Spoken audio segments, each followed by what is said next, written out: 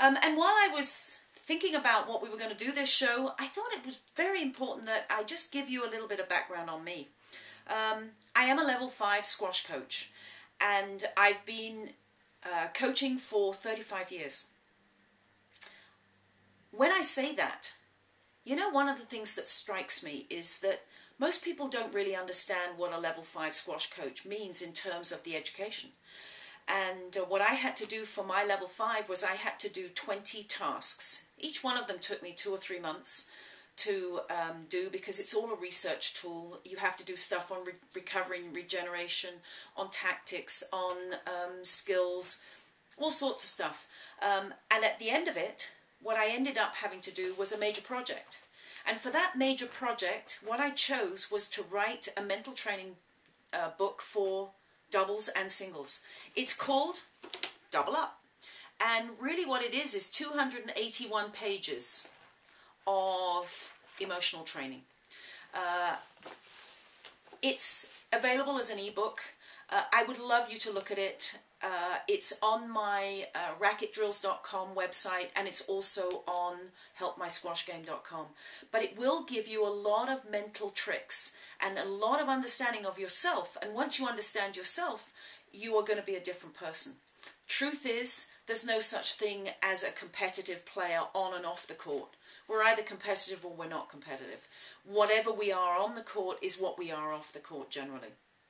So when I looked at that and I thought about what I could help you with this week, I thought I would actually take the topic of mistake management. And a lot of times people see, you must be watching tennis and squash, and you see people touch the wall and it looks like they're drying off their hand. Truthfully, what they're doing is trying to get into their senses. If you feel something, at the moment that you touch it, you can't be doing anything else. You can't be worrying. So your anxiety comes down. But you actually have to feel it. So right now, what I'd ask you to do is literally touch what's around you and describe it to yourself. If you say it's smooth or cool, then those are physical descriptions. If you say it's brown and you have your eyes closed, or it's dirty, that is a belief, and that's not bringing you to your senses. So I'm looking for you to become physical. When you feel that things are not going right, when you're out of focus, focus is being in your senses. So when you see people picking at their strings, and you see it a lot in squash and tennis, and they seem to be straightening their strings, actually what they're doing is feeling them, and they're getting back into their senses. There's a little trick for you. Try it the next time you're in a tough match. One of the other things I wanted to show you is the love of my life at the moment. I know, that sounds strange, but it really is. And that's these shoes. They're called Vibrams. They're actually like walking around on bare feet.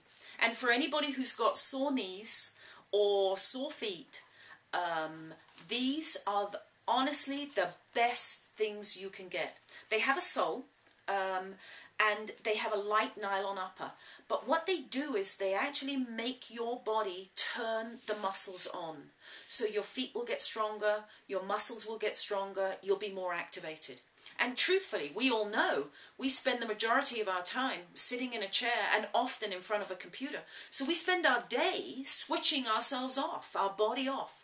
These shoes, if you start to train in them, not on the squash court, but you start to run in them, or you do your weight training in them, or you just wear them around the house, will help you activate your muscles again.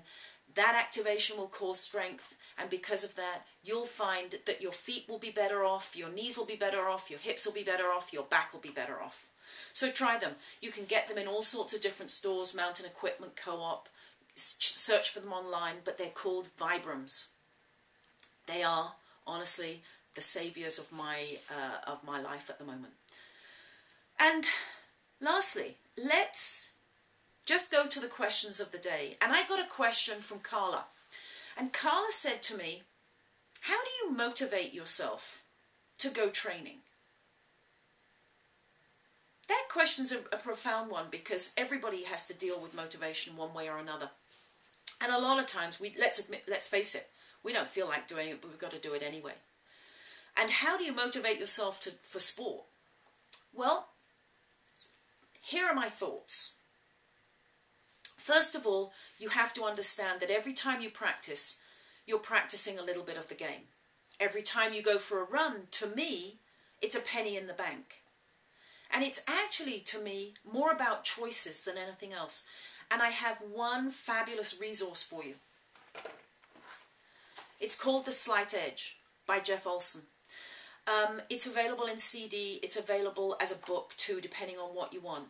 But what he's really talking about is he's talking about making choices and knowing that those choices don't necessarily show up every day. It's a bit like eating a hamburger. I mean, if a hamburger killed you the first time you ate it, you wouldn't do it. But you always are okay with just doing it once. Here it's about making choices that are good training choices. Going for that run 2 or 3 or 4 times a week. Making sure that you make the right decisions about food. When you start just saying to yourself it's a choice, it is not a chore. Once it's not a chore, you can enjoy it. Now you can remember why you were playing squash in the first place and why you want to get better. It's a game. You're supposed to just be having fun with it. So that's the whole point about this whole thing. Anyway, hope that helps. Look forward to seeing you at HelpMySquashGame.com, or if you want to go and visit my mental training site, it's called www.racketdrills.com. Look forward to seeing you again soon. Take care.